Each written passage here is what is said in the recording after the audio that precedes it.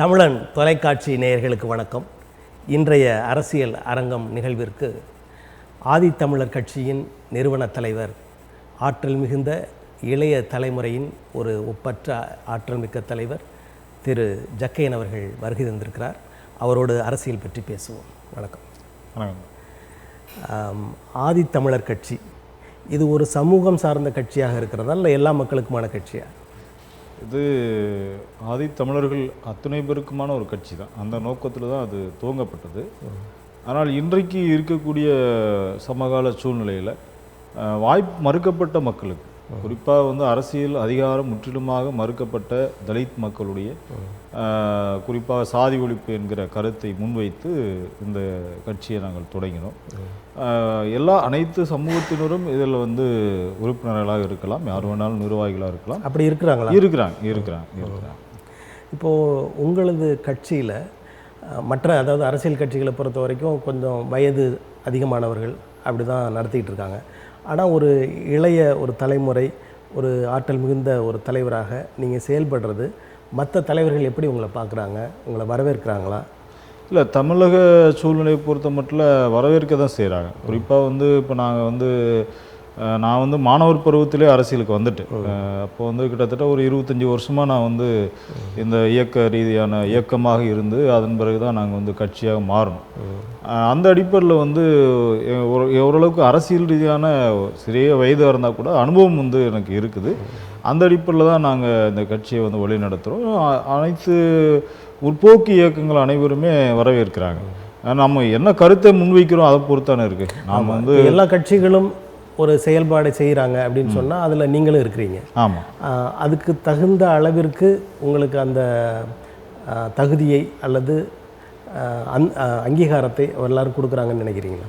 அதாவது எல்லாருமே கொடுத்துருவாங்க அப்படின்னு கிடையாது. இப்போ இப்போ இடதுசாரி அமைப்புகள், பெரியார் அமைப்புகள், அம்பேத்கரி அமைப்புகள், இவர்கள் மத்தியில் எங்களுக்கு நல்ல அங்கீகாரம் இருக்குது.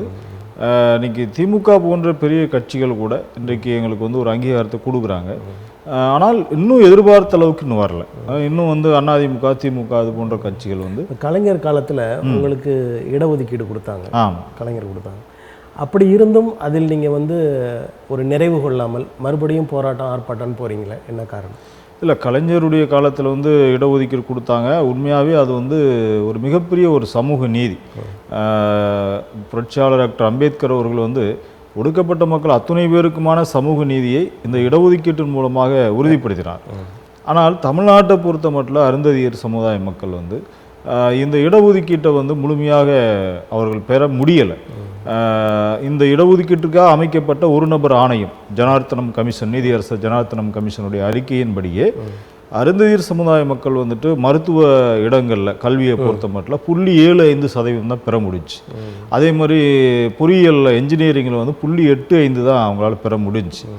அதே மாதிரி தமிழ்நாட்டை பொறுத்தளவு தமிழ்நாட்டை பார்த்து பிஏ வழக்கறிஞருக்கான மக்கள் தொகை நாங்கள் அதாவது அரசாங்கத்தினுடைய புள்ளி விவரம் 3% சொல்கிறாங்க.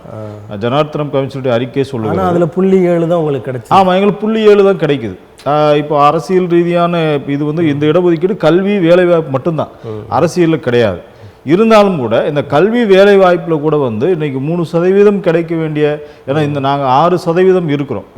இந்த புள்ளி விவரம் என்பது ஏதோ கிடைக்கிற தகவல்களை வச்சு தான் அவர் இந்த பல ஆண்டுகளுக்கு முன்பு பல ஆண்டுகளுக்கு முன்பு எடுத்த சர்வே எங்களுக்கு சரியான, இன்றைக்கு அவர்கள் ஜாதி வாரியான கணக்கெடுப்பு நடக்கும் பொழுது தான் எங்களுடைய முழுமையான மக்கள் தொகை தெரிய வரும். இப்போ நாங்கள் ஒடுக்கப்பட்ட மக்களில் நாங்கள் ஒரு 3 சமூகங்கள் இன்றைக்கு இருக்கிறாங்க.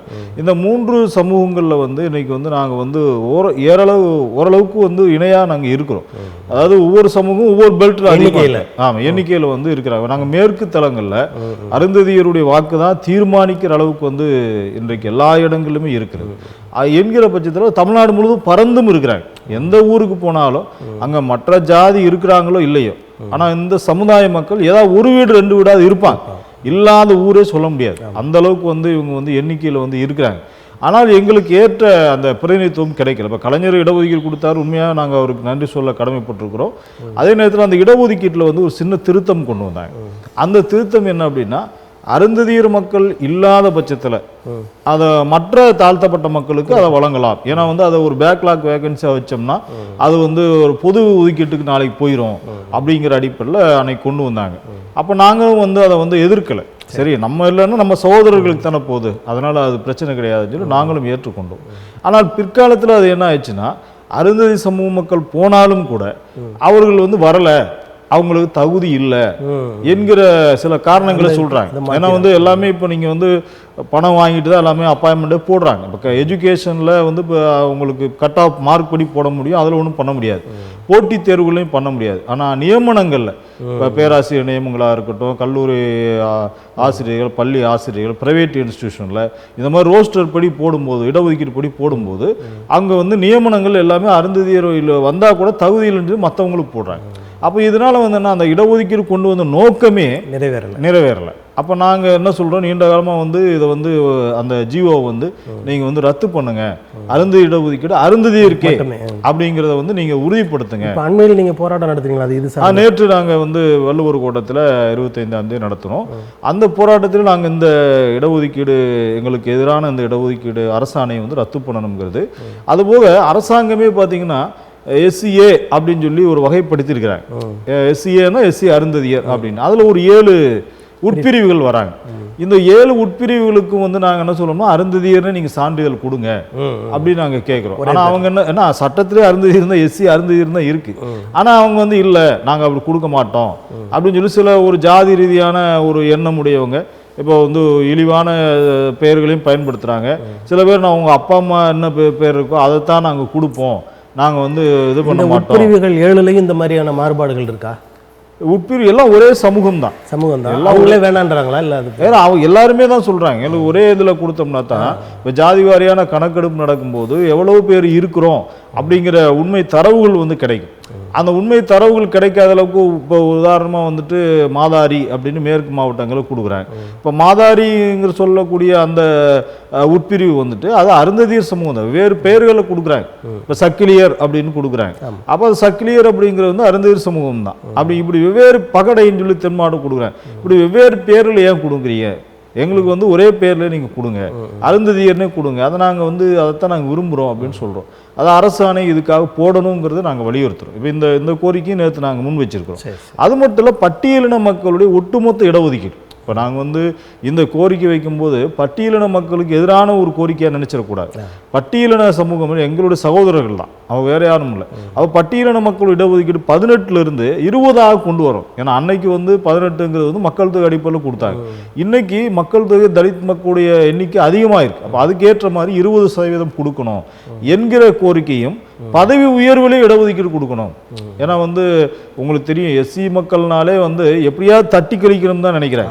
அப்போ பதவி உயர்வில் ஒரு நல்ல ரேங்க்ல போகக்கூடிய அதிகாரிகளுக்கு இந்த ஒரு இடஒதுக்கீடுங்கிறது வந்து ஏற்கனவே தமிழ்நாட்டில் இருந்துச்சு. அதை வந்து சுப்ரீம் கோர்ட் வந்து தடை பண்ணிட்டாங்க, ஒரு சில பேர் வழக்கு போட்டு தடை பண்ணிட்டாங்க. அப்போ பதவி உயர்வில் இடஒதுக்கீடு கொடுக்கும்போது தான் சீஃப் செக்ரட்டரி வரைக்கும் போக முடியும். இல்லைன்னா சீஃப் செக்ரட்டரி போகக்கூடிய அந்த அந்த அந்தஸ்து இருக்கக்கூடிய கேடரில் இருக்கிறவங்க கூட அந்த இடத்துக்கு போக முடியல. அதில் நிறைய அரசியல் ரீதியான காரணங்கள் இருக்குது, ஜாதி ரீதியான காரணங்களும் இருக்குது. அப்போ வந்து ஒரு இன்னாருக்கு இந்த இடம் கொடுக்கணும் அப்படிங்கிற மாதிரி பதவி உயர்விலும் ஒரு இடஒதுக்கீடு இருந்தால் தான் அதிகாரிகள் ஓரளவுக்கு நல்லா மேலே வந்தவங்களுக்கு கூட ஒரு பதவி உயர்வு கிடைக்கும். அதுவும் இடஒதுக்கீடு இருக்கும்போது வந்து அதை வந்து சமூக நீதி அப்போ தான் வந்து உண்மையான ஒரு சமூக. ஏன்னா இன்னைக்கு பட்டியலின மக்களுடைய ரிசர்வ் தொகுதி நீங்கள் பார்த்தீங்கன்னா அதில் பட்டியலின மக்களை தவிர வேற யாரும் போக முடியாது அப்படிங்கிற நிலைமை இருக்கிறதுனால தான் அந்த ரிசர்வ் தொகுதியில் பட்டியலின மக்கள் போக முடியும், அவங்க போட்டியிட முடியுது.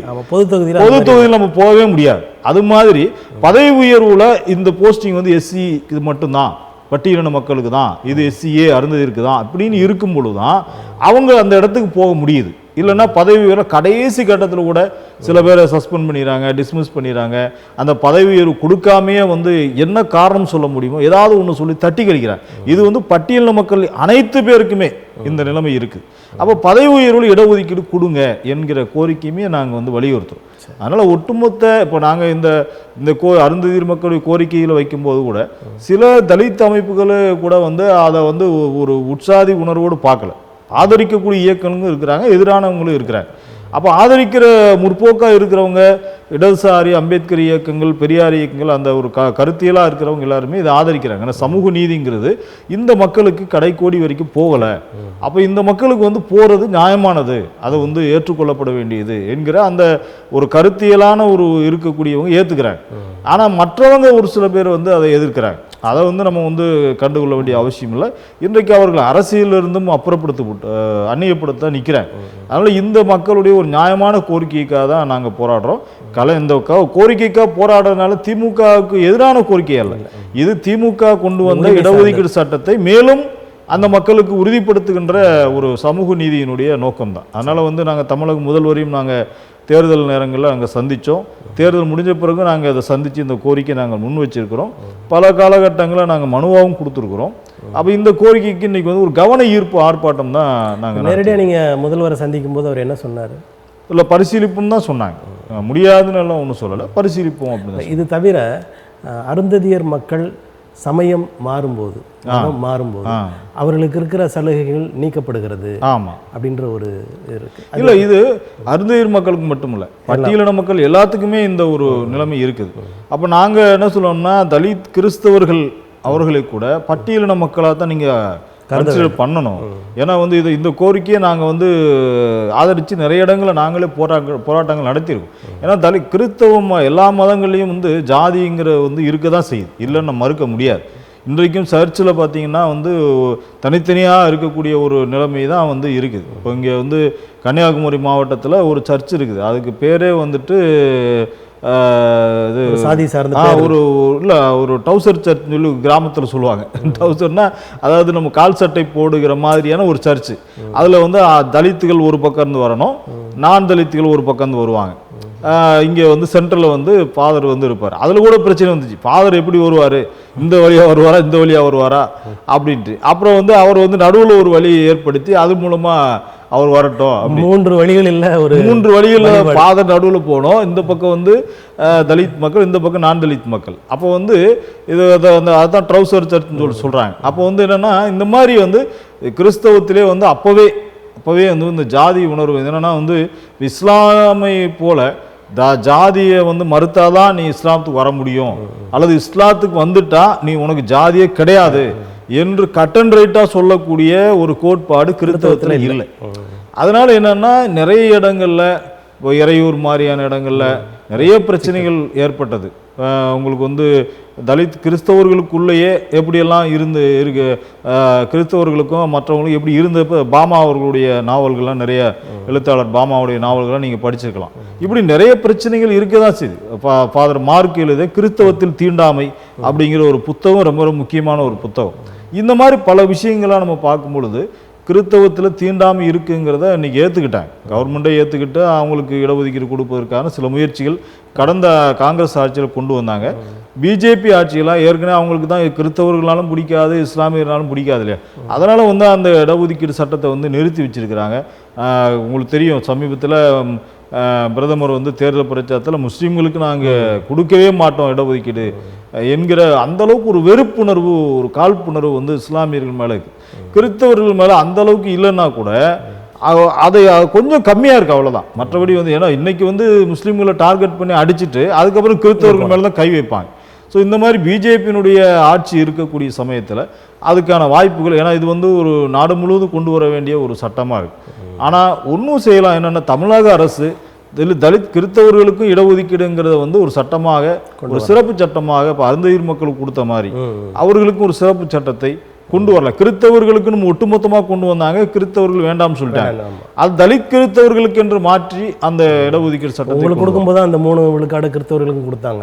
அதுக்கு பிறகு கிறிஸ்தவர்கள் கொடுக்கப்பட்டு அவர்கள் வேண்டாம்னு திரும்ப கொடுத்ததுக்கு அப்புறம் அருந்ததியர் மக்களுக்கான அப்போ வந்து நாங்கள் அந்த கோரிக்கையை வலியுறுத்திட்டு இருந்தோம்.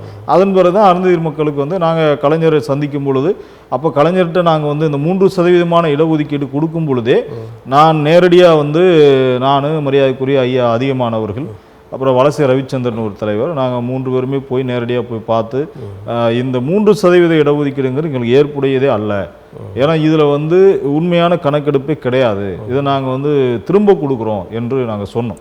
அப்போ எங்கள் கூட வந்து பாமகனுடைய ஐயா ஜி.கே. மணி வந்திருந்தார், மார்க்சிஸ்ட் கம்யூனிஸ்ட் கட்சியினுடைய தலைவர் சம்பத் வந்திருந்தார். அப்போ நாங்கள்லாம் உட்கார்ந்து பேசும்போது இந்த கோரிக்கை நாங்கள் வலியுறுத்தணும். அப்போ கலைஞர் சொன்னார், எடுத்த உடனே நீங்கள் மேலே சரசரம் போக முடியாது, படிப்படியாக தான் போக முடியும், இது ஒரு முதல் படியாக வச்சுக்கோங்க, அடுத்து நீங்கள் என்ன வராமல் இருக்க போகிறீங்களா, நான் என்ன கொடுக்காமல் இருக்க போகிறேன்னா அப்படின்னு அன்றைக்கே கலைஞர் வந்து சொன்னார்.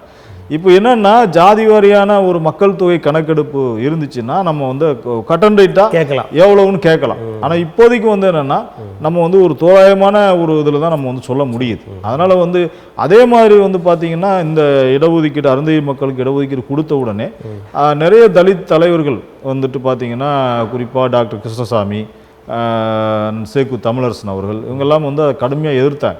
அப்போ இந்த எதிர்ப்புகளை வந்து சமாளிக்க வேண்டிய ஒரு இடத்துலையும் வந்து திமுக அரசு நெருக்கடி வந்துச்சு. அதனால தான் என்னமோ தெரியல, அருந்ததியர் இல்லாத தகுதி இல்லாத பட்சத்தில் மற்ற எஸ்சி வச்சு நிரப்பலாம் அப்படிங்கிற அந்த திருத்தம் என்பதும் வந்துச்சு. அப்போ நம்ம என்ன நினைச்சோம்னா, இப்போ நம்ம இல்லை அப்படின்னா அதை வந்து ஒரு பொது ஒதுக்கீடு கொண்டு போகக்கூடாது, அதை வந்து ஆபத்து, அதை நம்ம சகோதரர்களுக்கு தானே கொடுக்குறாங்க, அது பிரச்சனையே கிடையாது என்று தான் நாம் நினைச்சோம். ஆனால் என்னென்னா நடைமுறையில் போகும்போது நிறைய இடங்களில் அருந்ததியர் மக்கள் கேண்டிடேட் போனால் கூட தகுதி இல்லை அப்படின்னு சொல்லி ஒரு காரணத்தை வந்து முன் வச்சு அதை வந்து மற்றவர்களுக்கு மடைமாற்றம் செய்யப்படாது. இதுதான் வந்து மெயினான ஒரு விஷயம் வந்துட்டு. இப்போது அரசியல், இன்றைய அரசியல், ஒன்றிய அரசியல் சபாநாயகர் தேர்தல் நடக்க போகுது. தேர்தலே நடக்காமல் பல ஆண்டுகள் பல மக்களவை இதெல்லாம் நடந்தது. இப்போ அந்த மாதிரியான ஒரு மாற்றத்திற்கு உள்ளாக்கப்பட்டிருக்கிறது. அதாவது தற்காலிகமாக உறுப்பினர்களை பதவியேற்க செய்வதற்கு கூட அதிக முறை வெற்றி பெற்ற சுரேஷ் போன்ற மக்களவை உறுப்பினர்களை அனுமதிக்கலை. இதெல்லாம் எப்படி பார்க்குறீங்க நீங்கள்? இல்லை, இது வந்து முழுக்க முழுக்க பிஜேபியினுடைய ஒரு சர்வாதிகார போக்கை தான் வந்து காட்டுது. அந்த 10 ஆண்டுகளை தொடர்ந்து இந்த 5 ஆண்டு அப்படி தான் இருக்கும்னு நினைக்கிறேன். இந்த 5 ஆண்டுகளும் கிட்டத்தட்ட அப்படி தான் இருக்கும் தான் நமக்கு தோணுது. ஏன்னா வந்து இப்போ மெஜாரிட்டி அவங்களுக்கு கிடைக்கல, தனி மெஜாரிட்டி இல்லை, அதனால் வந்து கொஞ்சம் அடக்கி வாசிப்பாங்க, கூட்டணி கட்சிகளுடைய ஒரு இதை வந்து சமாளித்து அவங்க இருக்கணும், அதனால் வந்து அடக்கி வாசிப்பாங்க அப்படிங்கிற மாதிரி தான் அவங்க வந்து நம்ம வந்து நினச்சோம். ஆனால் வந்து இப்போ இவங்க போகிற போக்கு வந்து என்னென்னா, நாங்கள் வந்து எங்களுடைய அதிகாரம்தான் என்பதை போல கூட்டணி கட்சிகளை எப்படி வேணாலும் சரி பண்ணிக்கலாம் என்கிற அடிப்படையில். இப்போ இன்னும் சொல்ல போனோம்னா கூட்டணி அவங்க யாரோடலாம் கூட்டணி சேர்றாங்களோ அந்த கூட்டணி கட்சிகள் உடையுதுங்கிறதா உண்மையான ஒரு இது. நம்ம தமிழ்நாட்டிலே வந்து பார்த்தீங்க, மோடி வந்து யாருக்கெல்லாம் தலையில் கை வைக்கிறாரோ அவங்க எல்லாருமே வந்து டோட்டலாக காலியாகக்கூடிய நிலைமை தான் இருக்குது. அதனால் வந்து இப்போ விவேகானந்தரை போய் கால் வச்சிருக்கிறாரு, அங்கே என்ன நடக்க போகுதுன்னு தெரியல. என்ன ஓபிஎஸ் இவர் சசிகலா அம்மா ஆசீர்வாதம் பண்ணார், அவங்களும் போயிட்டாங்க, இபிஎஸும் போயிட்டாரு, ஓபிஎஸும் போயிட்டாரு. இப்போ வந்து கடைசியில் விவேகானந்தர் பாறையில் வந்து கால் வச்சிருக்கிறாரு, என்ன நடக்க போகுதுன்னு தெரியலை. அதனால் இவங்க வந்து இப்போ இன்னைக்கு சந்திரபாபு நாயுடுனுடைய தெலுங்கு தேசத்தை கூட உடைக்கிறதுக்கு வாய்ப்பு இருக்குது, நிதிஷ்குமாரனுடைய கட்சியை கூட வந்து உடைக்கிறதுக்கான வாய்ப்புகள் இருக்குது. அதனால் அவங்களே வந்து நம்ம கட்சி உடைச்சிருவாங்களோ அப்படின்னு ஒரு பயமும் அவங்களுக்கு இருக்குது. அதனால தான் வந்து சந்திரபாபு நாயுடுக்கு தனி மெஜாரிட்டி இருந்தால் கூட துணை முதல்வர் பொறுப்பு வந்து பவன் கல்யாணுக்கு வந்து கொடுத்து வந்து எப்படியாவது இது பண்ணி வைக்கணும் அப்படிங்கிற அந்த ஒரு அது வந்து ஒரு அரசியல் முதிர்ச்சி தான், அது வந்து நல்ல விஷயம்தான். ஆனால் இன்றைக்கு இருக்கக்கூடிய இந்த சபாநாயகர் தேர்தல் கிட்டத்தட்ட 48 ஆண்டுகளுக்கு பிறகு தான் இன்றைக்கு இது போன்ற ஒரு போட்டிங்கிறது வருது. ஒரு ஜனநாயகம்ங்கிறது வந்து என்ன, உங்களுக்கு வந்து அம்பேத்கர் வந்து சொல்றாரு வந்து சிறுபான்மை மக்கள் பெரும்பான்மை மக்கள் வந்து இருக்காங்க என்பதற்காக நீங்கள் அதிகாரத்தை வந்து நீங்கள் பயன்படுத்தக்கூடாது, சிறுபான்மை மக்களுடைய பாதுகாப்பில் தான் ஜனநாயகமே இருக்குது. நான் பெரும்பான்மை இருக்கேங்கிறக்கா நீங்கள் என்ன வேணாலும் பண்ண முடியுமா? அப்போ அரசியலமைப்பு சட்டம் அதுக்கு இடம் கொடுக்கல. அப்போ இவர்கள் செய்வது எல்லாமே இப்போ இன்றைக்கி வந்து ஒரு இன்றைக்கி இந்தியா கூட்டணி வந்து ஒரு மிகப்பெரிய எண்ணிக்கையில் வந்திருக்கிறாங்க, இவங்களுக்கும் ஒரு மெஜாரிட்டி கிடைக்கல, கூட்டணி கட்சியில் தான் இருக்கிறாங்க. இருந்தாலும் கூட நாங்கள் வந்து எங்கள் இஷ்டத்துக்கு தான் செய்வோம், எங்களுடைய அதிகாரத்தை தான் நாங்கள் பயன்படுத்தும். இத்தனைக்கும் ராகுல் காந்தி ராஜ்நாத் சிங்கோட தொலைபேசியில் வந்து தொடர்பு கொண்டு நாங்கள் ஆதரவு கொடுக்குறோம், ஒருமித்து வந்து நம்ம சபாநாயகரை தேர்வு செய்ய என்கிற அவர் வந்து வாலண்டியராக இப்போ சொல்கிறார். வாலண்டியராக சொல்லும்போது கூட அதை பற்றி எதுவுமே கண்டுக்கிறாமல் அவங்க செய்கிறதான் செய்வோம் என்று சொல்லுவது வந்து மறுபடியும் பேசுகிறேன்னு சொல்லிட்டு அதை கூட ஒன்றும் பேசலை. நான் பேசுகிறேன்னு சொல்லிட்டு 3 நாள் ஆச்சு, அதை பற்றி ஒன்றுமே பேசலை. அப்போ இது எல்லாமே வந்து பார்த்திங்கன்னா இவங்களுடைய சர்வாதிகாரத்தை வந்து மேலும் நிலைநிறுத்தக்கூடிய ஒரு நிலையை தான் நம்ம பார்க்குறோம் இந்தியாவில். இது உலக நாடுகள் முழுக்க இதை பார்த்துக்கிட்டு தான் இருக்கேன். இந்தியாவில் என்ன நடக்குது அப்படிங்கிறது உலக நாடுகள்லாம் வாட்ச் பண்ணிட்டு தான் இருக்கேன். ஒருவேளை தேவைப்பட்டால் ஐநாவையே தலையிட வேண்டிய நிலைமை கூட வரலாம்.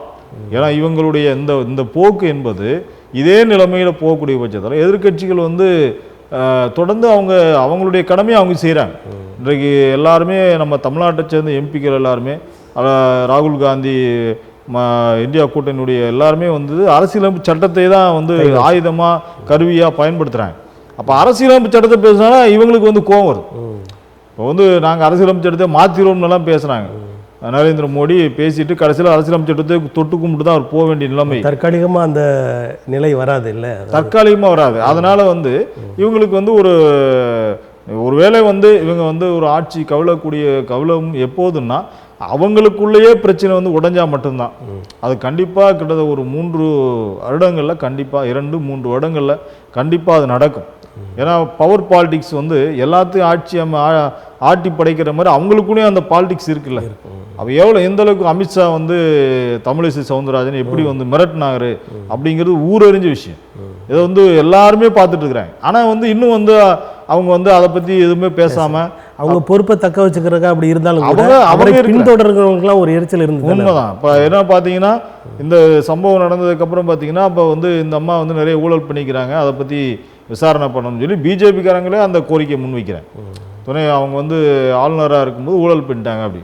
அப்போ இது மாதிரி நிறைய ஒருவேளை வந்து அவங்க கட்சியிலிருந்து வெளியேறி இருந்தாங்கன்னா இந்த மாதிரி குற்றச்சாட்டுகளை எப்போவே கொண்டு வந்திருப்பாங்க. அப்போ இது வந்து ஒரு முழுக்க ஒரு சர்வாதிகார ஒரு மனநிலையோடு தான் மோடியுடைய அரசு வந்து போகுது.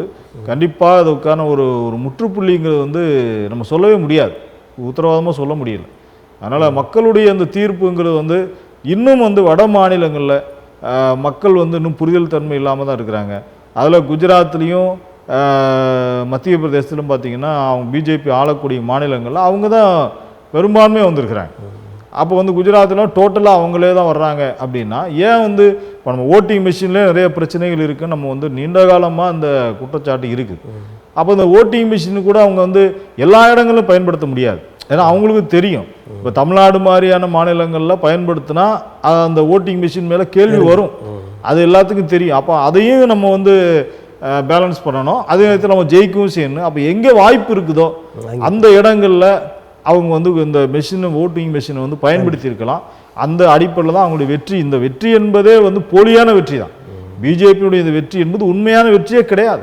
நம்ம பார்க்குறோம் எல்லா மாநிலங்களையும் கடுமையான போராட்டம். குஜராத்திலே பார்த்தீங்கன்னா பிஜேபிக்கு எதிரான அவ்வளவு ஒரு மக்கள் வந்து கொந்தளிச்சு போய் தான் இருந்தாங்க. இங்கே வரவே வராதிங்க அப்படின்னு சொல்லி பல இடங்களில் திருப்பி அனுப்பக்கூடிய நிகழ்வுலாம் நடந்துச்சு. அப்படிப்பட்ட ஒரு பிஜேபி கடுமையான எதிர்ப்புகளுக்கு மத்தியில் எப்படி வர முடியும்? இது எல்லாமே ஒரு ஓட்டிங் மிஷின் மேலே நமக்கு ஒரு மிகப்பெரிய ஒரு சந்தேகத்தை ஏற்படுத்துதுங்கிறதா உண்மை. அதனால் இவர்களுடைய இந்த சபாநாயகர் தேர்வில் விட்டு கொடுத்து போனாங்க அப்படின்னா உலக நாடுகள் மத்தியில் அவங்களுக்கும் நல்ல பேர் கிடைக்கும். துணை சபாநாயகர்லையாவது இதை பண்ணுவாங்களா, விட்டு கொடுப்பாங்களா? இல்லை, அதுதானே இப்போ பிரச்சனை. துணை சபாநாயகராக எதிர்கட்சிகளுக்கு கொடுங்க அப்படிங்கிறது தானே இப்போ இந்தியா கூட கேட்குறாங்க. சபாநாயகர் நீங்கள் அவங்கள கூட இருந்துட்டு போட்டோம், ஆனால் துணை சபாநாயகராவது கொடுக்கணுங்கிறது. ஆனால் அதுக்கு வாய்ப்பு இல்லைங்கிறது தான். ஆனால் ஒருவேளை வந்து இந்த மாதிரி ஒரு டஃப் காம்படிஷன் கொடுத்து ஒரு அதுக்கப்புறம் வந்து ஒரு வேளை மாற்றம் கூட வரலாம். ஏன்னா வந்து அவங்க வந்து நாங்கள் எதிர்கட்சியுடைய கோரிக்கையை நாங்கள் பரிசீலிக்கிறோம், நாங்கள் வந்து அதை வந்து நாங்கள் அவங்களுக்கு டோட்டலாக எதிராக இல்லைங்கிற ஒரு படத்தை காட்டுறதுக்காக கூட அப்படி செய்யலாம். இப்போ உறுப்பினர்கள் எண்ணிக்கை அளவில் இந்த சபாநாயகர் தேர்தலில் மாற்றங்கள் ஏற்பட ஏதோ வாய்ப்பு இருக்கா? அதாவது இல்லை, அதுக்கான வாய்ப்புகள் வந்து மிக குறைவு தான். ஏன்னா வந்து பிஜேபியில் வந்து அவங்க வந்து ஒரு கட்டுக்கோப்பாக தான் வச்சுருக்காங்க. அவங்க போட்டு எல்லாரையும் அங்கேயே இருக்க சொல்லியிருக்காங்க. ஆமாம், அதனால் வந்து அதுக்கான ஒரு மாற்றம் செய்வதற்கான வாய்ப்புகள்லாம் இருக்காது. ஆனால் வந்து அந்த கூட்டணி கட்சிகள் அவங்களுடைய சந்திரபாபு நாயுடு, நிதிஷ்குமார் கூட அவங்க கட்சியிலேருந்து கூட ஒரு சபாநாயகரை கொண்டு வரலாமே. அதுக்கு கூட வந்து ஏன்னா அவங்க வந்தால் கூட ஒரு வாய்ப்பு இருக்கும். குறிப்பாக சந்திரபாபு நாயுடு அவங்க கட்சியிலேருந்து வந்தால் கூட நம்ம தென்னிந்தியாவுடைய ஒரு பிரதிநிதியாக, ஒரு திராவிட மண்ணுடைய பிரதிநிதியாக அவங்க இருப்பாங்க. அதுக்கு கூட இடம் அளிக்காமல் அப்போ இவங்க கூட்டணி கட்சிகளை வந்து என்ன டிமாண்ட் வச்சாங்கன்னு தெரியல. ஸோ இவருக்கு வந்து நாங்கள் வந்து ஆந்திர பிரதேசத்துக்கு தனி ஒரு மாநில அந்தஸ்து என்பதை அவர் அதை சாதிச்சுட்டு வேணால் அவர் அடுத்த கட்டத்தை நோக்கி போகலாம். நாடாளுமன்ற உறுப்பினர்கள் தமிழகத்திலிருந்து போன 39 பேர், இதில் ஒருத்தர் மட்டும் தெலுங்கில் அந்த பொறுப்பை ஏற்றிருக்கிறார், கிருஷ்ணகிரி. இதை எப்படி பார்க்குறீங்க? இல்லை அது தமிழ்நாட்டை பொறுத்த மட்டும் வந்து இது வந்து ஒரு ஒரு திராவிட இயக்கத்தினுடைய சிந்தனை உள்ளவங்க தான். வந்து இது அவருடைய உரிமை சார்ந்த விஷயமாக கூட நம்ம பார்த்துக்கலாம், அது ஒன்றும் பிரச்சனை கிடையாது. ஆனாலும் வந்து ஒரு தமிழ் உணர்வோடு வந்து நீங்கள் வீட்டில் என்ன வேணால் மொழி பேசிட்டு போகட்டும், ஆனால் வந்து ஒரு தமிழ் உணர்வோடு அவங்க செய்யணுமா இல்லையா? அது ரொம்ப வருத்தமாக தான் இருக்குது. எங்களை மாதிரியான அமைப்புகளுக்கெல்லாம் அது மிக வருத்தமாக இருக்குது. அதே நேரத்தில் அவருடைய தனி மனித உரிமையை வந்து நம்ம மறுக்கலை. அது வந்து தனி மனித உரிமையை தனிப்பட்ட விதத்தில் வச்சுக்கணும். இதை வந்து ஒரு பொது அவையில் தமிழ்நாடு அவர் அந்த மாதிரி மற்றொரு மொழியை பேசுகிறார் என்பதாலே அவருக்கு இடம் கொடுக்காமல் இல்லை வாக்களிக்காமல் இருக்கலை, இல்லை நம்ம பண்ணியிருக்கோம். ஆமாம், அப்படி இருக்கும்போது அதை மதிக்கணும் அவர் கண்டிப்பாக. அது என்னன்னா வந்து அது சில பேருக்கு வந்து அப்படி ஒரு எண்ணங்கள் வந்துடுது. அது வந்து நம்ம வந்து தமிழ்நாட்டில் வந்து இன்னைக்கு வந்து எப்படிப்பட்ட ஒரு அரசியல் சூழ்நிலை இருக்குது அப்படிங்கிற நம்ம கண்கூடாக பார்க்குறோம். இந்த அரசியல் சூழ்நிலை மையப்படுத்தி தான் நம்ம வந்து நம்மளுமே கன்னடம் தெலுங்குங்கிற மாதிரி பேதம் பிரித்து பார்க்கல, எல்லாமே நம்ம சகோதரர்கள் என்பதாக தான் நம்ம பார்க்குறோம். ஆனால் தமிழ் மக்களுடைய உணர்வுகளை மதிக்கக்கூடிய ஒரு உறுப்பினராக அவர் இருக்கணுங்கிறதா நம்முடைய எதிர்பார்ப்பு. அந்த அடிப்படையில் அவர் தமிழில் எடுக்கிறதுல அவருக்கு என்ன பிரச்சனை? ஆமாம், இதை நம்ம இன்னொரு இடத்தோட ஒப்பிட்டு பார்த்தோம்னா, அதாவது ஒரிசாவில் தமிழன் ஆளலாமான்னு சொல்லி பல இடங்களை வெற்றி பெற்றிருக்கிறாங்க அதுக்கு எதிரான நிலையில். கண்டிப்பாக. அப்போ இங்கே ஒரு இந்த மாதிரியான ஒரு நிலை இருக்குன்னா அப்போ தமிழர்கள் ஏமாளிகள அதுதான் வந்து நீங்கள் வந்து ஒரிசாவில் வந்து பிஜேபியை வந்து அவ்வளோ கடுமையாக அவ்வளோ நம்ம வி.கே. பாண்டியன் ஐஏஎஸ் ஆஃபீஸரை வந்து குறி வச்சு அதன் முழுக்க அவங்களுடைய வெற்றிக்கு அது ஒரு மிக முக்கியமான ஒரு காரணம். ஒரு மொழி வாரியான ஒரு உணர்வுகளை தூண்டி ஒரு வெறுப்புணர்வை வந்து விதைச்சாங்க. இன்றைக்கி அந்த ஒரு அடிப்படையில் கூட இப்போ எல்லாருமே வந்து தமிழ்நாட்டில் இருக்கக்கூடிய எல்லாருமே வந்து ஒரு ஒரே மித்த கருத்தோடு இருக்கும்போது ஒருத்தர் இப்படி எடுத்துக்கிறது வந்து நாளைக்கு வந்து இதுவே ஒரு விமர்சனமாக வருது இல்லையா? இப்போ நமக்கு வந்து ஒரு பேசக்கூடிய ஒரு விவாதமாக மாறுது. அப்போ நாளைக்கு வந்து அந்த நபர் மேலே தனிப்பட்ட விதத்தில் எல்லாருக்கும் ஒரு காழ்ப்புணர்ச்சி. இப்போ எங்களை மாதிரி தமிழ் உணர்வாளர்களுக்கு இது ஒரு மிகப்பெரிய ஒரு வருத்தம் தான். அவருடைய தனிப்பட்ட விஷயத்தை நாங்கள் வந்து மறுக்கலை. அதை அவர் குடும்பத்தில் வச்சுக்கலாம், அவருடைய விழாக்களில் அவருடைய இல்ல விழாக்களில் வச்சுக்கிற வேண்டியதுதான். இது வந்து ஒரு பொது அவை, தமிழ் மக்களுடைய உணர்வுகளை மதிக்கின்ற தமிழ்நாட்டு மக்களுடைய பிரதிநிதியாக தான் அவர் போகிறார். அவர் என்ன தெலுங்கு மக்களுடைய பிரதிநிதியாக போகிறாரு? அப்போ இந்த மாதிரியான ஒரு விஷயங்கள்னால தான் வந்து ஒட்டுமொத்த ஒரு நிலையே வந்து ஒரு கேள்விக்குறியாகக்கூடிய அளவுக்கு இப்போ நிறைய பேர் என்ன செய்வாங்க, இப்போ தெலுங்கு பேசக்கூடியவங்களும் விமர்சனம் பண்ணுவாங்க. இப்போ நம்ம வந்து ஒரு நாகரிகம் நம்ம பேசுவோம். ஆதித்தமிழர் கட்சியிலே கூட தெலுங்கு பேசக்கூடிய அருந்ததியர் நிறைய இருக்கிறாங்க. இல்லை, தெலுங்கு பேசக்கூடிய அருந்ததியர்கள் தமிழ் பேசக்கூடிய அருந்ததிகள் அப்படின்லாம் ஒன்றும் கிடையாது. அருந்ததியர் மக்கள் பேசக்கூடிய நீங்கள் சொல்லக்கூடிய தெலுங்கு என்பதே கிடையாது. உண்மையாகவே அது என்ன ஒரு நாங்கள் அதை தான் சொல்கிறோம், ஆதி தமிழை தான் நாங்கள் பேசிகிட்ருக்கோம், தூய்மையான தமிழ் வார்த்தைகளை தான் நாங்கள் பேசிகிட்ருக்கோம். அது வந்து ஒரு சில அந்த பார்டரில் இருக்கிறவங்களுக்கு அந்த ஒரு இது வந்து அந்த வாடை வருது. இப்போ உதாரணத்துக்கு நீங்கள் வந்து திருவள்ளூர் போன்ற மாவட்டங்களில் இருக்கக்கூடிய ஆதி திராவிடர் சமுதாயமே தெலுங்கு பேசுகிறாங்க. ஆமாம், மாலான்னு சொல்லக்கூடிய திருத்தணிலாம் பக்கத்துலலாம் தெலுங்கு பேசக்கூடியவங்க இருக்காங்க. இங்கே நீங்கள் தமிழ்நாடு முழுவதும் நான் சொல்லக்கூடிய 7 உட்பிரிவுகளில் ஆதி ஆந்திரா சமுதாயம் மட்டும்தான் அந்த தெலுங்கு பேசக்கூடிய சமுதாயமாக இருக்கிறாங்க. இப்போ இந்த இடஒதுக்கீடுங்கிறது தமிழர்கள் தான். ஆமாம், அவங்க வந்து இந்த இடஒதுக்கீடு வந்துட்டு அவங்க வந்து நம்ம என்ன சொல்கிறோம், கல்வி பொருளாதாரம் சமூக நிலை இதை வச்சு தான் இடஒதுக்கீடு கொடுக்கப்படுது, மொழியை வச்சு கொடுக்கல. எஸ்சிஏ பட்டியல் அப்படிங்கிறது வந்து மொழியை வச்சு கொடுக்கல. இது வந்து அவங்க இந்த சமூகங்கள்லாம் வந்து இதில் இருக்கிறாங்க, அதில் வந்து ரொம்ப பின்தங்கி இருக்கிறாங்க என்கிற சமூக நிலையை மையப்படுத்தி தான் கொடுக்குறாங்க. அந்த அடிப்படையில் ஆதி ஆந்திர மக்களும் இருக்கிறாங்க. அப்போ நாங்கள் வந்து அதை எங்களை சகோதரர்களாக தான் நாங்கள் பார்க்குறோம். ஆனால் அவங்க பேசக்கூடியது தெலுங்கு பேசுகிறாங்க, அது இல்லைன்னு நாங்கள் சொல்லலை. அதுக்காக ஒட்டுமொத்தமாக நீங்கள் எல்லாரும் எஸ்சிஏ பட்டியலுக்கு எல்லாருமே வந்து தெலுங்கு பேசுகிறாங்க கிடையாது. நாங்கள் பேசக்கூடிய இது வந்து அந்த மாதிரி வெளியிலேருந்து அப்படி ஒரு பார்வை இருக்குது, அதை வந்து மாற்றணுங்கிறது. இப்போ நடைபெற போகிற இந்த விக்கிரவாண்டி தேர்தல், இடைத்தேர்தல், இந்த தேர்தலில் திடீர்னு சீமான் அவர்கள் வந்து தேமுதிகவும் அண்ணா திராவிட முன்னேற்ற கழகம் எங்களை ஆதரியுங்கள், எங்களுக்கு வாக்களியுங்கள்னு சொல்கிறாரு. இதை எப்படி பார்க்குறீங்க உங்கள் பார்வை?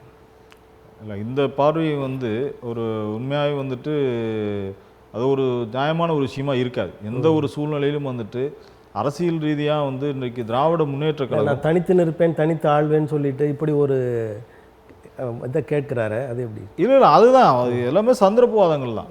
எல்லாமே வந்து ஒரு சந்தர்ப்பவாத ஒரு இதாக தான் வந்து நம்ம சொல்கிறோம்.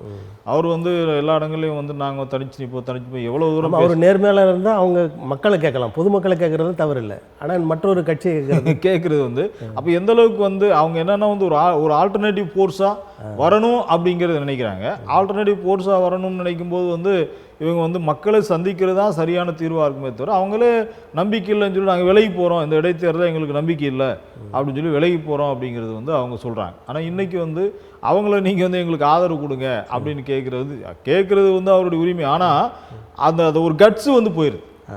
இவ்வளோ காலம் வந்து நான் ஒரு நான் வந்து தெனாவட்டா நான் அப்படி தான் இருப்பேன், நான் அப்படி கூட்டணி யாரோடையும் சேர மாட்டேன் வச்சேன் அப்படிலாம் பேசிட்டு இன்னைக்கு வந்து அந்த கட்ஸ் எல்லாம் போய் ஐயா கொஞ்சம் ஆதரவு கொடுங்க பிச்சை கேட்குற மாதிரி ஒரு நிலைமைக்கு வந்துட்டு நினச்சி ரொம்ப வேதனையாக தான் இருக்குது. அது அரசியலில் வந்து அவர் எந்த அடிப்படையில் அதை பேசுகிறாருங்கிற அந்த ஒரு அடிப்படை தர்மமே இல்லாமல் பேசுகிறாருங்கிறது தான். அப்போ எல்லாரும் முட்டாளாகக்கூடிய ஒரு நிலை. வெற்றி தான் வேணும் அப்படிங்கிற ஒரு நோக்கத்துக்கு அந்த இடத்துக்கு நமக்கு வெற்றி தான் வேணும் அந்த ஒரு இடத்துக்கு வராது. ஆனால் வந்து இவ்வளோ காலம் பேசின கருத்தியல், இவ்வளோ காலம் நம்ம அரசியல் நிலைப்பாடு, இது எல்லாத்தையும் ஒரு பக்கம் மூட்டை கட்டி வச்சுட்டு எப்படியாவது வெற்றி அடையணும் என்கிற இடத்துக்கு வந்திருக்கு. தமிழ்நாட்டை பொறுத்தவரை தமிழ்நாட்டில் தமிழர்களுக்கு நான் தான் எல்லாம் இல்லை, அது அந்த ஒரு போக்கு தான் அவருடைய அந்த ஒரு. இப்போ எப்படி வந்து பிஜேபி வந்து ஒரு இந்து மக்களுக்கெல்லாம் நான் தான் அப்படின்னு பிஜேபி எப்படி சொல்கிறாங்களோ அதே ஒரு இதுதான் வந்து இவருடைய கருத்தாகவும் இருக்குது. தமிழ்நாட்டில் வந்துட்டு இன்றைக்கி தான் 8% வாக்கு வங்கி வந்து அவங்க வாங்கியிருக்காங்க. இந்த 8 நீங்கள் 100ல் 8% ஒரு பெரிய விஷயமா சொல்லுங்கள்? ஒன்றுமே கிடையாது.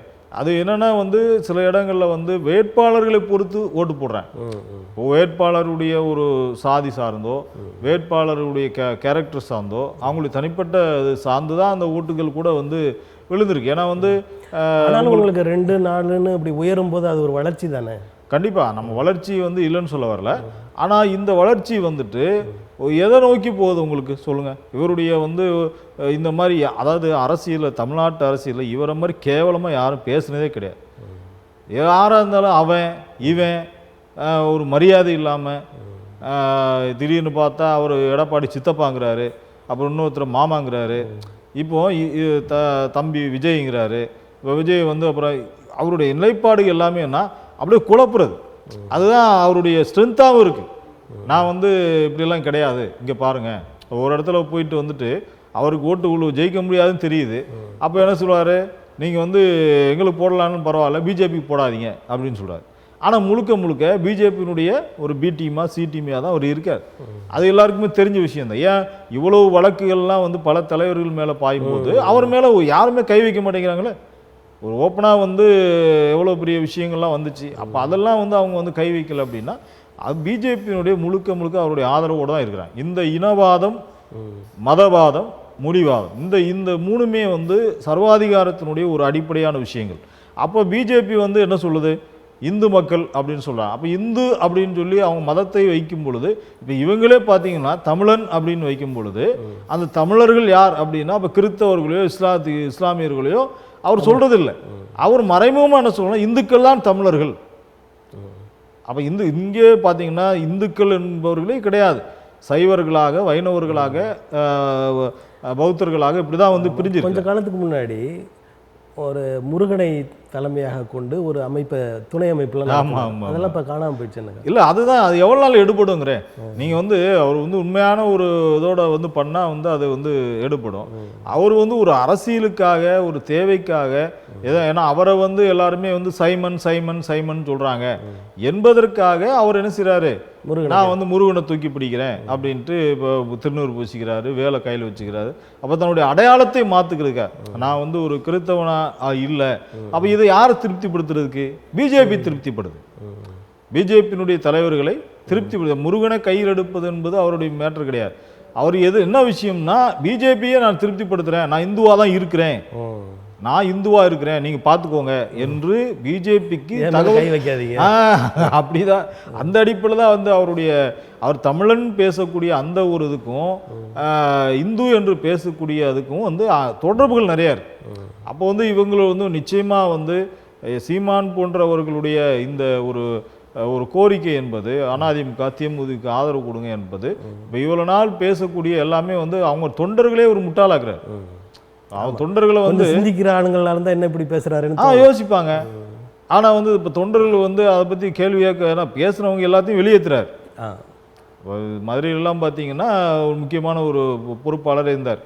அவரே கூட பார்த்தீங்கன்னா எனக்கு கட்சி வந்து நீக்கிறாங்க. இப்போ அவர் யாரெல்லாம் எதிர்த்து நான் சொல்கிறத கேட்குறது மட்டும்தான் இருக்கணும், வேறு யாரும் இருக்கக்கூடாதுங்கிற அதை சரி நம்ம கூட அதான் கட்சி. அவரை தவிர அந்த இயக்கத்தில் வந்து கட்சியில் அவருக்கு அடுத்த இடத்துல வரக்கூடியவர்கள் மாதிரி யாரும் தெரியலையே. அப்படி யாருமே இல்லை. அப்படி இருந்தவங்க எல்லாத்தையும் வெளியேற்றிட்டாங்க. இப்போ வந்து அவர் மனைவி தான் அந்த இடத்துக்கு கொண்டு வரார். இவர் பேசுகிற எல்லாமே திமுக வந்து வாரிசு அரசியல், தாத்தா வந்தார், மகன் வந்தார், பேரன் வராரு, இப்படியெல்லாம் கடுமையாக பேசுகிறாரு. ஆனால் இவரே வந்து அப்படி தான் கொண்டு வரார். அதனால் வந்து இது முழுக்க முழுக்க ஒரு சந்தர்ப்பவாத அரசியலை அவர் வந்து பண்ணுறாரு. இவர் பண்ணக்கூடிய அரசியல் நிச்சயமாக வந்து தமிழ் மக்களுக்கு எந்த வகையிலும் பிரயோஜனமாக இருக்காது, எந்த வகையிலும் பயனுள்ளதாக இருக்காது. இப்போ தமிழ்நாட்டை பொறுத்த வரைக்கும் நிறைய நாட்கள் நிறைய காலங்களில் திராவிடம் என்பது தான் முக்கியப்படுத்தப்பட்டு வந்திருக்கிறது. ஆனால் இப்போ தமிழ் தேசியம் என்ற ஒரு நிலை வந்து அதை பற்றி நிறைய பேச ஆரம்பிச்சிருக்காங்க. திராவிடத்தை குறை கூறுவது, இப்படி ஒரு சிக்கல் சச்சரவு நடந்துட்டு இருக்கு.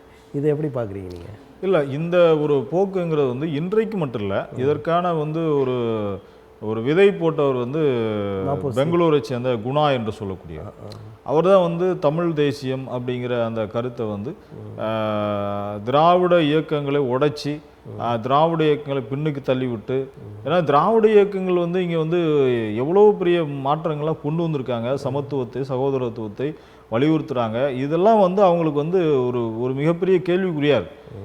அப்போ பெங்களூரு குணா போன்றவர்களுடைய அந்த கருத்தை தான் வந்து பின்னாடி வந்த சின்ன சின்ன இயக்கங்கள் பேசிகிட்டு இருந்தாங்க. தமிழ் தேசியம் என்கிற கருத்தை வந்து பேசிகிட்டு இருந்தாங்க. ஆனால் பெங்களூர் தமிழ் தேசியம் பேசக்கூடியவங்கள ஒரே விதமான கருத்து உடையவர்கள் கிடையாது. அதிலே பார்த்தீங்கன்னா நிறைய பிரிவுகள் இருக்குது.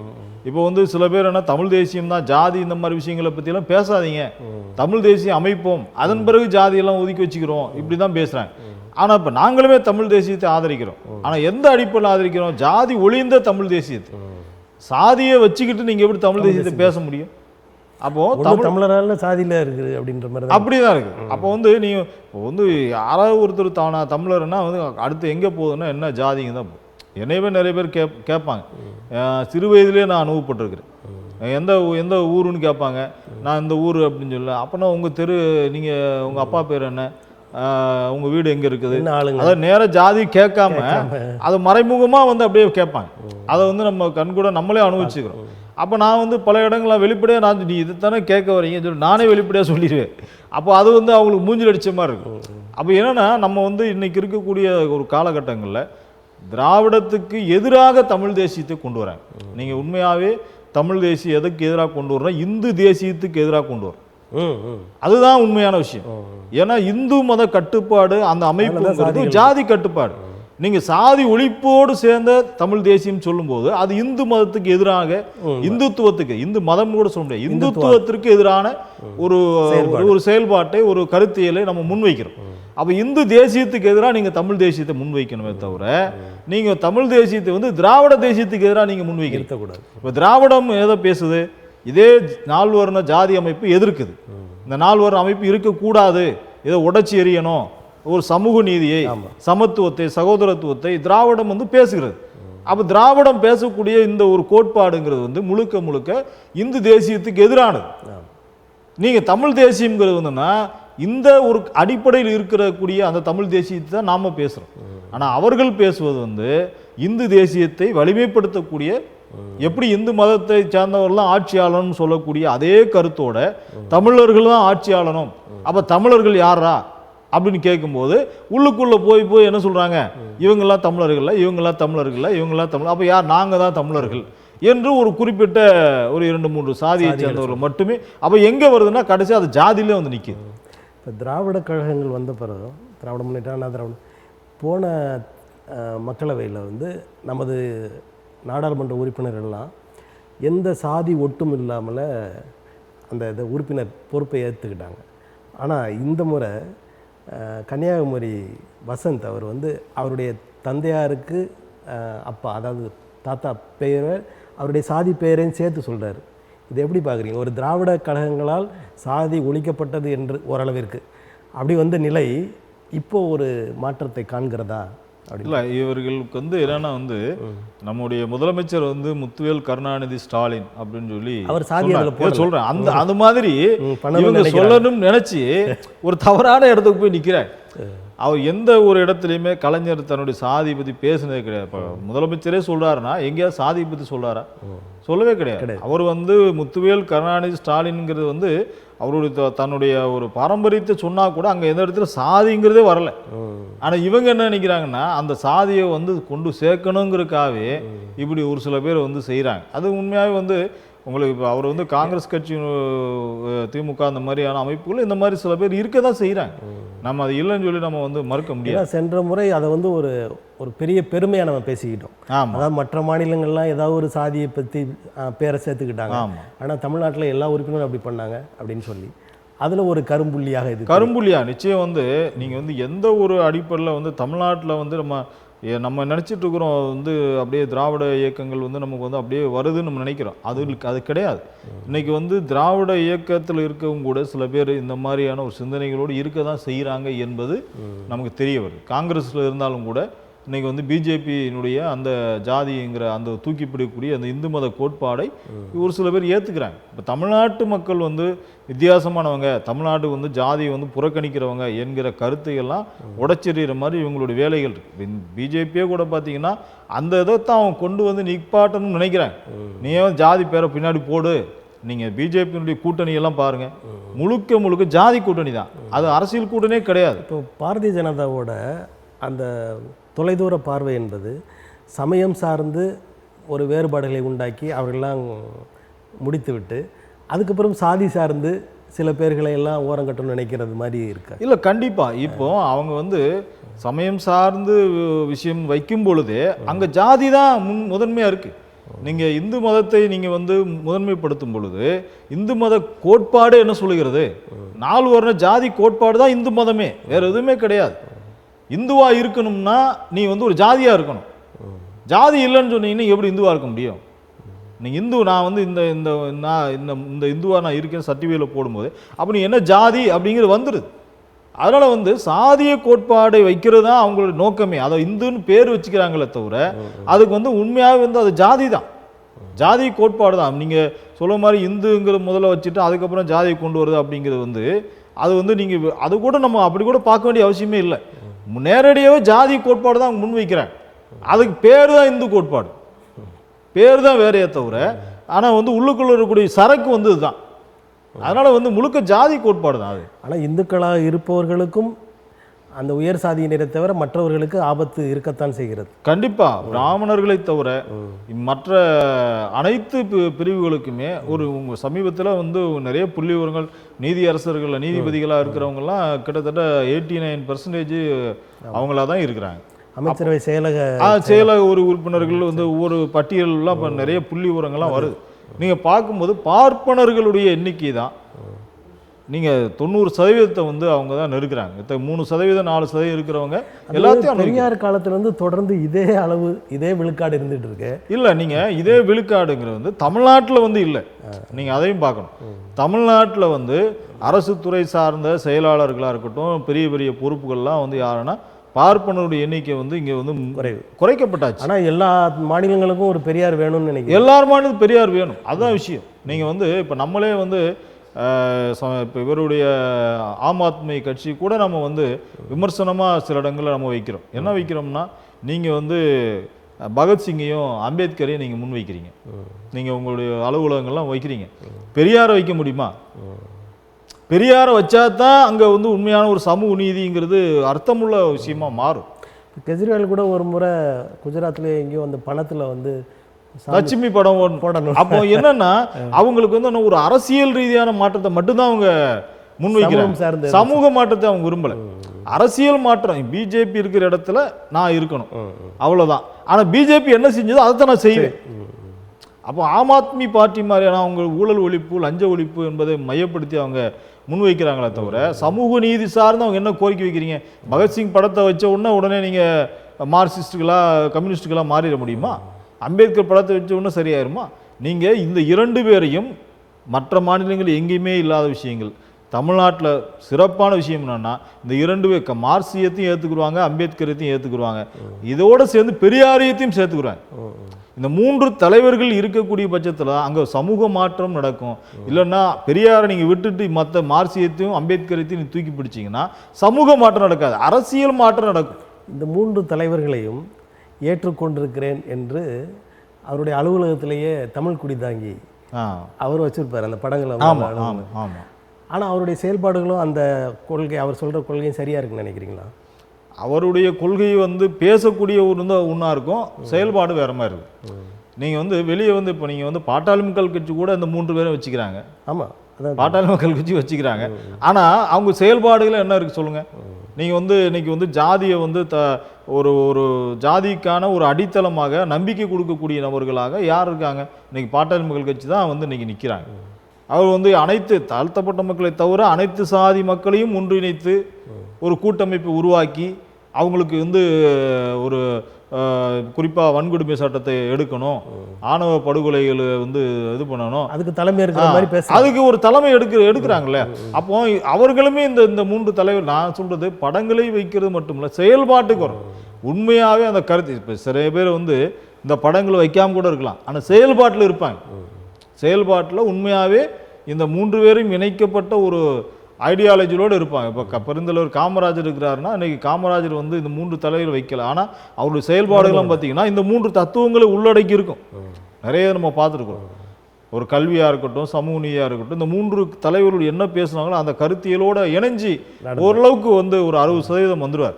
அப்போ அந்த மாதிரியான தலைவர்களும் இருக்கிறாங்க. நீங்கள் படங்களை மட்டுமே வைக்கிற முடியும் நோக்கம் இல்லை. நம்ம என்ன சொல்லணும்னா அதை ஒரு உண்மையான ஒரு கருத்தியலோடு ஏற்றுக்கொண்டு செயல்படக்கூடியவங்களாக இருக்கணுங்கிறதா. அது பெரியாரை நீங்கள் வட மாநிலங்களை ஏற்றுக்கிறவே மாட்டாங்க.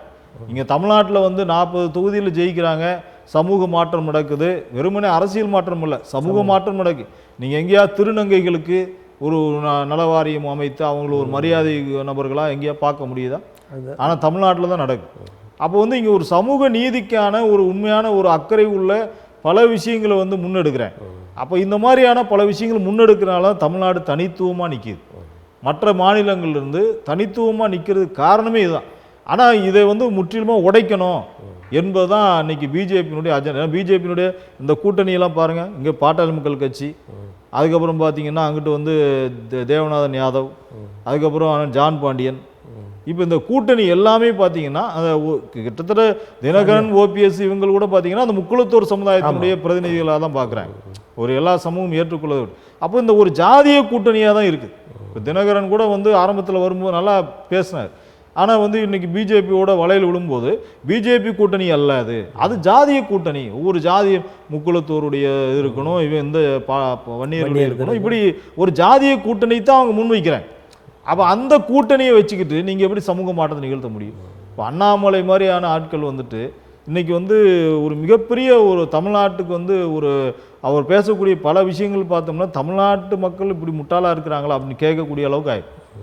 அவர் பேசக்கூடிய விஷயங்கள் எதுவுமே உண்மை, எல்லாம் பொய்களை எல்லாம் கட்டவிழ்த்து விட்டு இதுதான் உண்மை என்று சொல்லக்கூடியது அதுதான் அண்ணாமலை இசமாக இருக்கு. அந்த அண்ணாமலை இசம் தான் பாரதிய ஜனதா கட்சி. எல்லா இசத்தையும் முன்மாதிரியாக எடுத்துக்கலாம், ஆனால் இந்த விஷயத்தை முன்மாதிரி எடுக்கவே முடியாது. அதனால இது பொய், இது பொய்களின் தேசம் மாதிரி, இது பொய்யான கருத்தியல், பொய்யிசம் என்பதனுடைய மறுபெயர் தான் அண்ணாமலை இசமாக இருக்கு. நிறைவாக ஒரு கேள்வி உங்கள்கிட்ட. அதாவது அண்ணா திராவிட முன்னேற்ற கழகம் விக்கிரவாண்டி இடைத்தேர்தலில் நிற்காதது அவர்களுக்கு சாதகமானதா அல்லது பாதகமானதா? அதிமுக தேர்தலில் நிற்காது அவங்களுக்கு தான் மிகப்பெரிய ஒரு பாதகம். ஏன்னா இவ்வளவு காலம் அவங்க ஒரு தனித்துவமான ஒரு வாக்கு வங்கி அதிமுகவுக்கு இருக்கு. அதிமுக சரியுதுங்கிறது எங்களுடைய கருத்து ஒரு திராவிட கட்சிகள் இந்த வலுவாக இருக்கணும். அதில் திமுகவும் வலுவாக இருக்கணும், அதிமுகவும் வலுவாக இருக்கணும். அதிமுக சரியே தொடங்குது அப்படின்னா அதனுடைய வளர்ச்சி பிஜேபிக்கு தான் போகும். அதனால் அதிமுக வலிமையாக இருக்கணும், அதை வலிமைப்படுத்தணும். ஐயா எடப்பாடி பழனிசாமி இருக்காருன்னா அவர் சில பிஜேபியில் கடந்த காலகட்டங்களில் அவர் பிஜேபியினுடைய அனைத்து விஷயங்களுக்கும் அவர் உடன்பட்டு போனதுனால தான் நம்ம அவர் விமர்சிக்கிறோம். ஆனால் அதிமுகங்கிற அந்த கட்சியினுடைய தொண்டர்கள் லட்சக்கணக்கான தொண்டர், கோடிக்கணக்கான தொண்டர்கள் வந்து அந்த மாதிரி ஒரு அர்ப்பணிப்புணர்வோட அதிமுக தொண்டர்கள் வந்து இருக்கிறாங்க. இன்னைக்கும் வந்து பல பேருக்கு ஏக்கம் இருக்குது. இந்த இந்த எல்லாரும் சேர்ந்து இயக்கம்லாம் இருக்குது. ஆனால் இந்த தேர்தல் வந்து அவங்க ஒதுங்கி நிற்கிறது வந்து அவர் இப்போ நிறையா வந்து அவர் சொல்கிறாரு, இந்த தேர்தலில் உண்மையாக நடக்காது, முழுமையாக நடக்காது என்கிற பல விஷயங்கள்லாம் அவர் முன் வைத்தாலும் கூட அதெல்லாம் வந்து நிச்சயமாக வந்து எடுபடாது. இந்த தேர்தலில் அவர் நிற்கணும். அதிமுக நின்னால்தான் அதிமுகனுடைய தொண்டர்கள் உயிரோட்டமாக இருப்பாங்க. அந்த கட்சியை நிற்கலாம், அதிமுக தொண்டர்களே சோர்ந்து போயிரு, ஏற்கனவே சோர்ந்து போயிருக்காங்க. அவர் என்ன நினைக்காருன்னா, நம்ம தொடர்ந்து பல தோல்விகளை சந்திச்சுட்டே வரோம், அடுத்தது இன்னொரு தோல்வி வந்துட்டா நம்ம எல்லாரும் நம்மளை சிரிப்பாங்க, விமர்சனம் வைப்பாங்க என்பதை தவிர்ப்பதற்காக தான் எடப்பாடி பழனிசாமி வந்து இதை வந்து ஒரு இதாக வைக்கிறார். ஆனால் அது தவறு. ஆனால் அது முற்றிலும் தவறு. அது வந்து எந்த விதத்திலும் அந்த கட்சி தொண்டர்களுக்கும் நல்லதில்லை, தமிழ்நாட்டு மக்களுக்கும் அது நல்லதில்லை. இவர்களுடைய இந்த இது வந்து நாளைக்கு வந்து மற்றவர்கள் வளருவதற்கு இவர்களே இடம் கொடுக்குறாங்க, ஒரு மறைமுகமான ஒரு ஆதரவு என்பதாக தான் நம்ம வந்து பார்க்க வேண்டியது. நன்றி. இவ்வளவு நேரம் உங்களுடைய மதிப்பு மிகுந்த நேரத்தை தமிழன் தொலைக்காட்சிக்கு தந்தமைக்கு எங்களது மனம் கடிந்த நன்றி தெரியும். மிக்க நன்றி. நல்ல ஒரு சிறப்பான ஒரு விவாதத்தை ஏற்படுத்திய உங்களுக்கு ஆதித்தமிழர் கட்சி நெஞ்சார்ந்த நன்றி.